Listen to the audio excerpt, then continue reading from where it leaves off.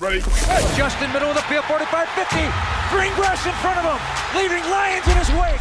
I am Jeff Joniak. Blitz is on. Down he goes! Husker! What was it like playing for Coach Ditka? I don't want to answer any questions like that. 61 yards! A Sunday stroll for Justin Fields. Oh, wow! And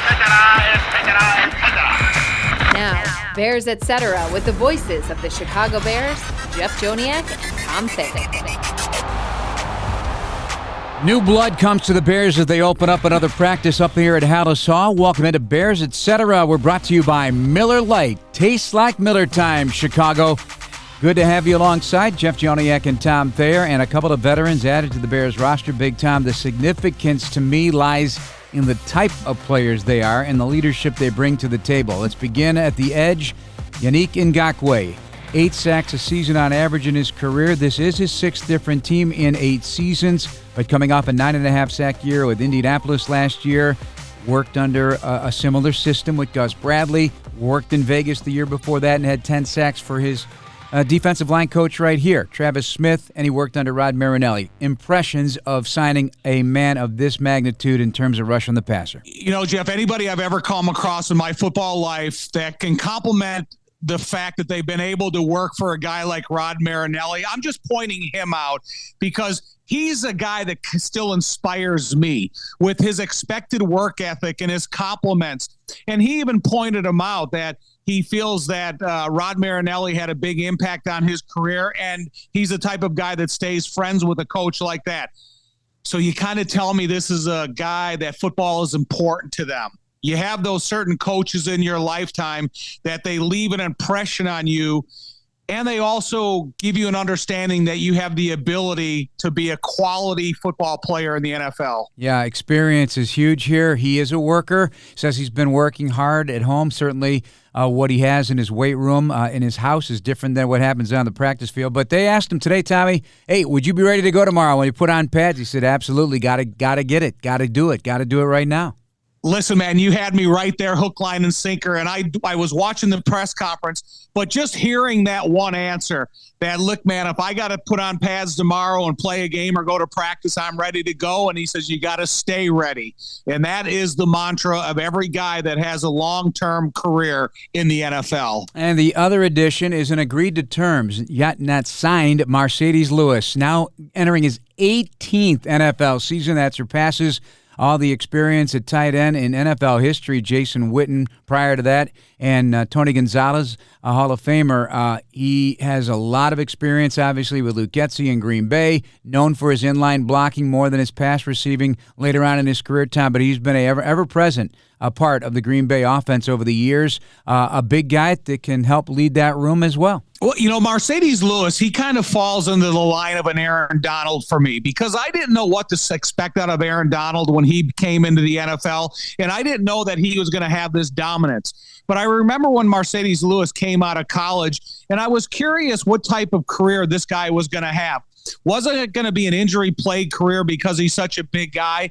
And it hasn't been. It's been a very constructive, a very, I'm not going to say dominant, but a very profitable career. So whenever you can bring experience into a position like that, and you're almost bringing in an offensive tackle that can catch the football. And that's what I like about the impact he can have on this offense. And we, of course, have plenty of sponsors helping us out to carry on this new podcast with Tom and I here for the Bears. Score huge savings on an impressive lineup of items with Jewel Osco. For you, this handy app features hot digital deals on everything from premium produce and savory snacks to butcher fresh meat and more. Get additional details at jewelosco.com. On the topic of food, and we'll get back to Ngakoue and what happened at practice today, but you were cooking up something special today. Did you finish the job, Tom? Did you finish the job in the kitchen? Oh, I did. And again, I talk about, having a Bear employee, Javier, tell me about a Puerto Rican recipe called, I think it's pernil. And yeah, I was cooking it, and that's one of my favorite pastimes. And as long as I don't eat too much and distribute it, it's probably better for me than my appetite and how it can take over. So it's been a productive day between Hallis Hall and practice, and now being down here with the dogs and getting them going and making sure everything's running. I expect a little slice of that at some point, so don't leave me out in the dark. All right, listen, Ngakoue, his name came up prominently throughout the offseason as a possibility. No, he was looking for a long-term contract. Heard him on other radio shows nationally. He'd like to settle down someplace. And, hey, who's saying it won't be here? He's still in a perfect age range. He has been in this league. He's been experiencing all sorts of different successes and failures in his career, but he seems like he's mentally tough. Let's listen in to some of his news conference here today up at Hallis Hall. Excited to be here. I've been a part of this system before, and I just love everybody so far that I've met. And, you know, Coach Travis, my position coach, we have history back in Las Vegas, and I just love his style of coaching, and I know that he can raise the level of the bar of all of us in the locker room as well as in the D-line room. So, Why here? Why Chicago? just feel like it was a great fit. Like I said, going back to, you know, what this culture means here, just the history here, and also it's a great transition, easy transition with my position coach and my defensive coordinator. How are you navigating the last 4+ months when, you know, free agency starts in March and you got to try to figure out what's next? And it gets to this stage. How did you kind of keep yourself calibrated through all that? Working out, keeping my mind clear, and spending time with family.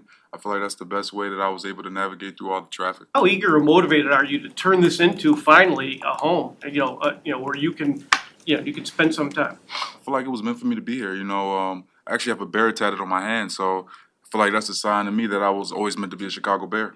How much of an impact did Rod Marinelli have on you? I understand he basically told you had the potential to be a Hall of Famer at some point. Yeah, I mean, a guy that like I said, he loves ball, a guy that saw something in me. You know, I've been to a few places, and that was a position coach that I feel like when I'm done playing the game that I'll always have a great relationship with. We talk all the time. So he's definitely a legend in himself. Yannick, I know that you're also a kind of a student of the history of your position. Talk a little bit more about the Chicago Bears' history at defensive end pass rushers and where you see yourself. Absolutely. I would it's a guy that I really love to watch was Julius Peppers when he had to stop here. You know, a guy that was a great power rusher, a guy that had great speed off the edge, and Coach Marinelli was also a guy that coached him, so he used to tell me we have a lot of the same attributes, and I just have to tap into that skill set and just show the world. Tom, you listened in. You came away with a lot of positive feelings about him, I'm sure. Ngakoue has faced the Bears a couple of times in his career, 3 sacks in 2 games, 1 as a Raider, and that game in 2021 out there in Vegas. He is just known for putting his hand on the ground and going to get the quarterback. But Matt Eberflus says, hey, you know, he's got to handle first and second down as well, and that means stopping the run a little bit too. Listen, that's a priority of any defensive lineman, wherever you play at the end or you play on the inside. However, I look at some of the young talent here at the Chicago Bears, Travis Gibson and Dominique Robinson, and how much they can learn from an experienced veteran that has an arsenal of moves that these guys can learn how to emulate. And so I'm interested not only to watch a veteran come in here with immediate leadership and an immediate asset to the defensive scheme and the defensive line. But, you know, one thing you have to think about a talented defensive end, Jeff, is how it thins out the protection along the opponent's offensive line.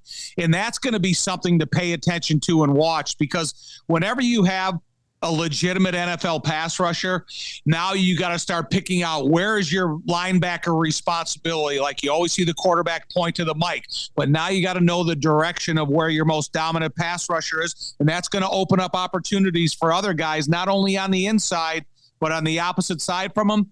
But how about the conclusion of the press conference? Do you think we will see Dominique Robinson in a different number come tomorrow's practice? Yeah, Ngakoue really wants that number. It's one he's carried throughout his career, so I think there could be some significant cash involved at some point for Dominique. Out of the respect of the role that Ngakoue will play on this football team and what he's been able to accomplish, Dominique Robinson really doesn't have a foundation in that number yet, so maybe he can go and explore other opportunities and change his look. Maybe he'll look thicker. Maybe he'll look longer in a different number. Now, it's somebody that could, conceivably take a few snaps away from you as well. So given your 57 number, would you have given it up rather easily? Depends what year I was in. Because, listen, when I came to the Bears, that was the number that was given to me. If there was a guy that had wore 57 for a period of time, I would have given to him. So here's the same example. When I went down to the Miami Dolphins, they gave me 57. That's the number of the Hall of Famer, one of the greatest centers in the history of the NFL, Dwight Stevenson. I actually carried the jersey back to our equipment manager in Miami, and I asked him if he made a mistake and said, do you really want me to wear this? This is Dwight Stevenson's number. And there's other numbers that I would have picked out. He says, no, you're a veteran. You have a certain amount of years of service in the NFL. We want you to wear the number, and I felt honored to do so. Hall of Famer.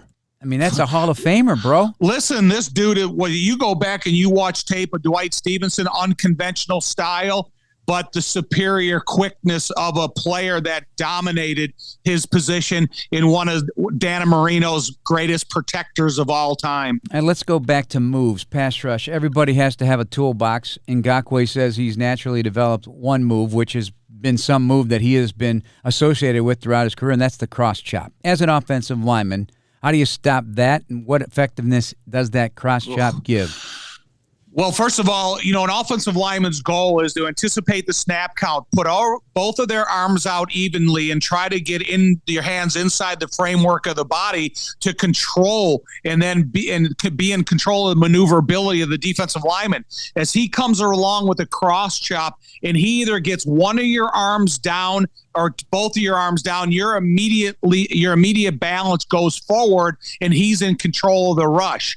So now every single time you're a pass blocker going against the player that has a move that he can use each and every time, you got to be careful, because if you give him an indication that you're throwing both of your hands on the inside of his body, he's going to be able to chop both of them down and be in control of you. So it is going to be interesting, but I think it's going to be super beneficial for the offensive tackles and every level of the Bears that go against them, because now there's a guy coming aboard that has a move that you're going to be able to formulate your plan against to make sure that you don't get caught up if somebody else uses it around the league. Nobody as good as him, though. This is Bears Etc., our podcast, Jeff and Tom, and we're brought to you by PNC, official bank of the Bears. Let's talk about practice today. They are color-coded by Coach telling the media today. This was a red day practice, so no pads, a little lighter in terms of what they were doing in terms of volume of plays. That'll go to yellow tomorrow in pads, and then the big green light at Soldier Field on Sunday, and the Fan Fest practice, which will also be a padded practice, and it'll be fun to see those guys in Soldier Field. But it's varying degrees of intensity. They still do get a lot of miles in with the running that they do, but overall today, anything that catch your eye in practice? Yeah, it's the continuous speed of the practice. When you look at the defensive backfield, this is one of the most impressive segments to me, because they're young, they have a lot of depth, they play high energy, and not only do they have a top tier of the first line guys right now, but they're developing important depth and guys that have an enormous role on this team when you talk about their inclusion in special teams. But then if there's any injury interruptions, that you can come up here and play the exact same defenses, never skip a beat, and have guys that are up to the task. So I'm excited to see that segment grow. But like you said, I'm happy. I went back and looked at the schedule because I was a little disappointed when they were in no pads. So they did have this on the schedule as a no pad. So now I got to start paying attention to it. Yeah, you do. It may cool me down a little bit on the ride up there. But I'm excited to see pads in the next 2 days. And I think it's going to be a real reward for the Bears fans inside Soldier Field to sit at a close proximity and see the different work, the different drills, and then the team efforts that they go through in the day. All right, some highlights today. Justin Fields hooking up twice for touchdowns with Chase Claypool. Tommy, they did a lot of red zone, low red zone. That's inside the 10-yard line area. So, again, there's no reason that Chase Claypool can't be that kind of target. Hey, listen, man. I've been kind of preaching this, that I really like what Chase Claypool has done through training camp. There was a lot of question marks before he got here. But when you look at, we talked about it the other day, the interior physical blocking on inside run plays by a wide receiver who's 6'4", 235 pounds. And he's hitting safeties and he's hitting linebackers with the carelessness of an offensive lineman. And I love to see it, because he can either get defenders off balance or he can be a blocker at the point of attack. So Claypool, he's caught my eye, and he's still catching my eye, whether you're in no pads or full pads. Well, listen, they got to block. They have to, or you're not going to play for Tyke Tolbert. And I heard Dan Campbell up in Detroit saying the same thing yesterday about his guys. So that's what you're going to expect from the defense, to have receivers blocking you from Detroit. Expect it from Bears receivers here in the division as well. There's not a lot of guys that jump to the front of the line when they say, okay, what are you going to do? You're going to be the widest wide receiver to the left-hand side. You're going to come in slow motion, so now the defense is aware that you're on the move. And now as you see a safety, a linebacker start pressing the line of scrimmage, that's your responsibility. Do you take the proper angle? Are you in a legal hitting position? And then when the collision comes, are you willing to do it? I've seen examples of that by Claypool in a couple days in a row and a couple times, and they were vicious hits. So I think there's a couple of other guys that have the ability and the opportunity to take that for an example, whether it's EQ St. Brown or Valus, guys like that can come in and be big physical blockers. Game day snacking calls for Good Foods chunky guacamole made with Hass avocados, tomatoes, onions, cilantro, and a squeeze of lime juice. It's the perfect snack to watch while the Bears wins. Score some today at your local grocery store. Game day is guac day, and not a day of the full complement of offensive linemen. Again, Tommy, several players out today, so that continuity we're hoping for throughout the course of the offseason and into training camp lasted just over a week or so, but still no Nate Davis and no Tevin Jenkins today, Cody Whitehair also. That's an opportunity, though. It's an opportunity for Lucas Patrick to get in the pivot and snap the football. It's an opportunity for Alex Leatherwood, who's in a battle for a job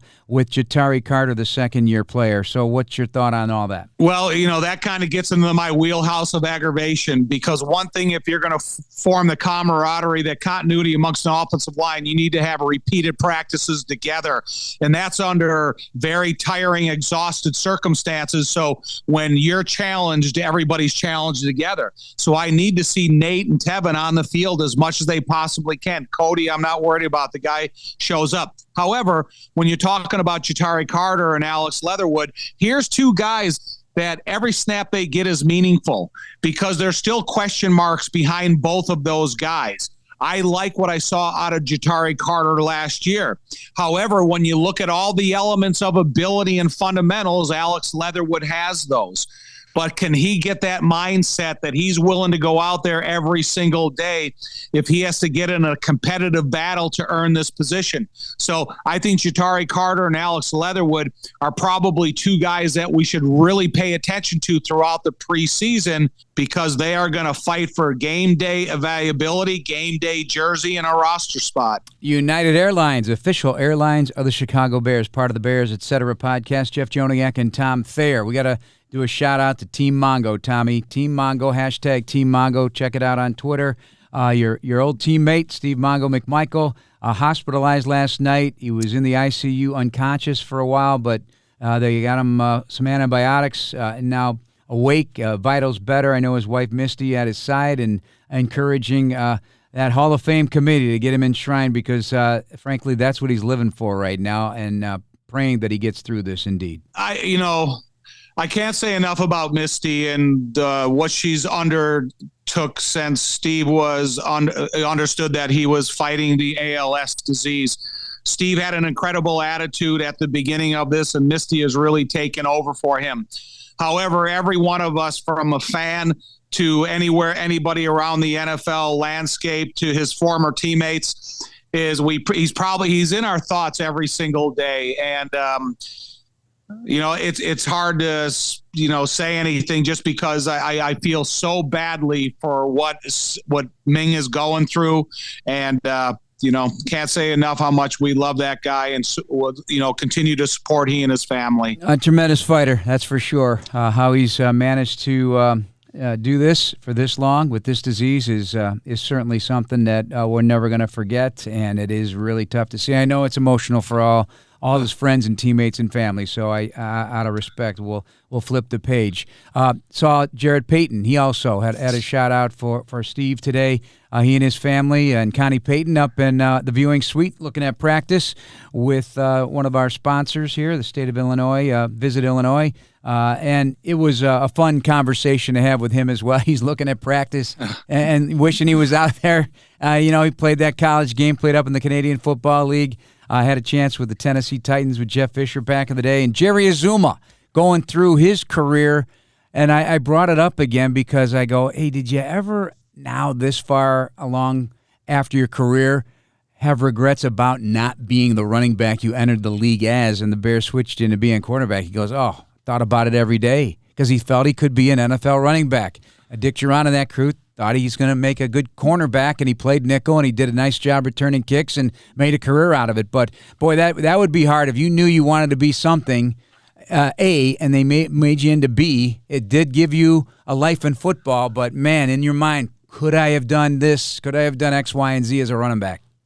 Yeah, I remember one of the first plays I've ever saw Jared Payton run was against my high school. He went to St. Viator. They were playing Joliet Catholic. They threw him a easy pitch out, and he went 71 yards for a touchdown. And I was sitting in the stands with Walter for that game.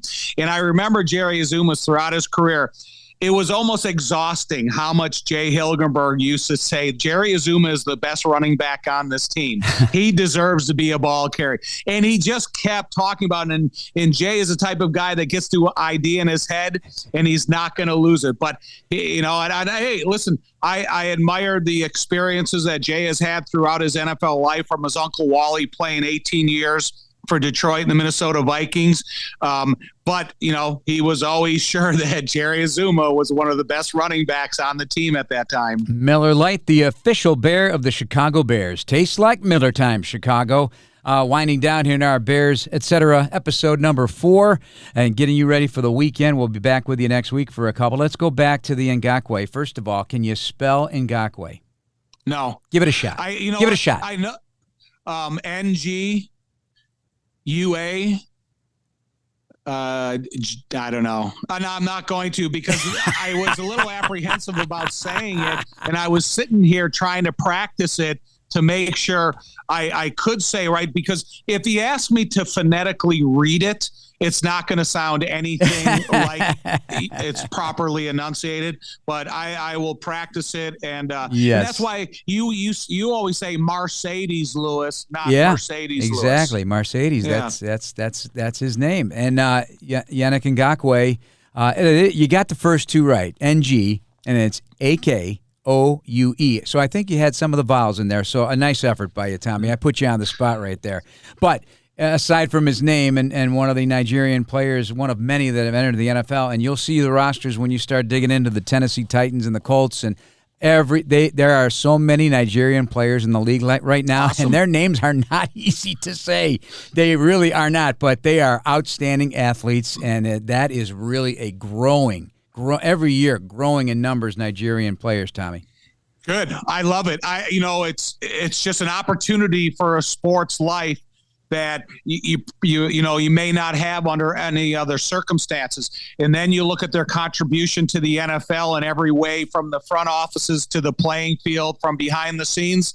All good, man. I love watching these athletes come in.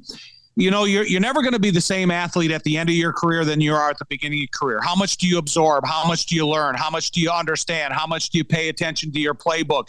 All those super signs of significant improvement throughout the years in the league. It's evident.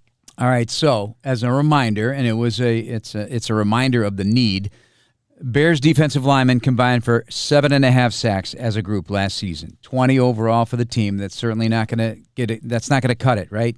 But you now add Ngakoue to vets like Rasheem Green, DeMarcus Walker, the man in the middle, Andrew Billings, Justin Jones. Then you got the Young Bucks, Jervon Dexter, Zach Pickens, Dominique Robinson, Travis Gibson. I mean, that's a 9-man rotation right there. That's a good mix of veterans and young guys to try to cobble something together here to get that quarterback down. What do you think of that? Because almost like the addition of DJ Moore at receiver, you've now kind of put guys in slots and compete for those spots and compete for reps each and every week because they'd love to have 2 waves of guys getting after it, and you got to stop the run.